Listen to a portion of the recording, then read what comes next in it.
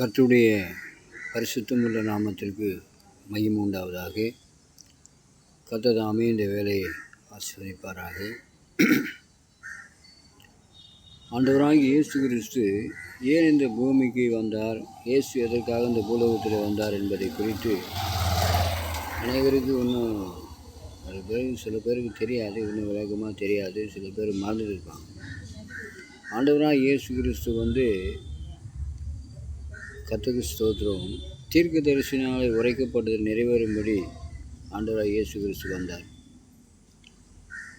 இன்னும் தேவன் இயேசு கிறிஸ்து இந்த உலகத்தில் வரப்போகிறார் என்று சொல்லி ஆதியாகமத்தில் கூட சில மறைமுகமாக சொல்லப்படுகிறது என்பது ஒரு கருத்து இருக்குது.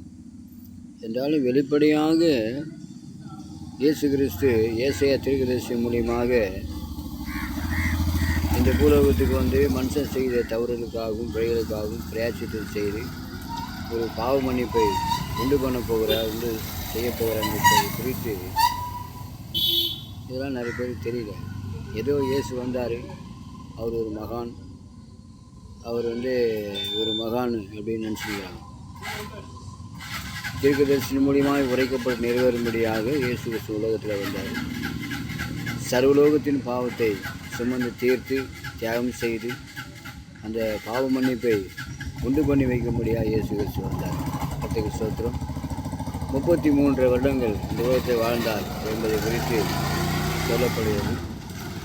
30 வயது வரைக்கும் தாய் தகப்பன்மாருக்கு கீழ்ப்படிந்து வேலைகளை செய்து வந்தார் என்பதை நாம் பார்க்கிறோம். கர்த்தருக்கு ஸ்தோத்திரம்.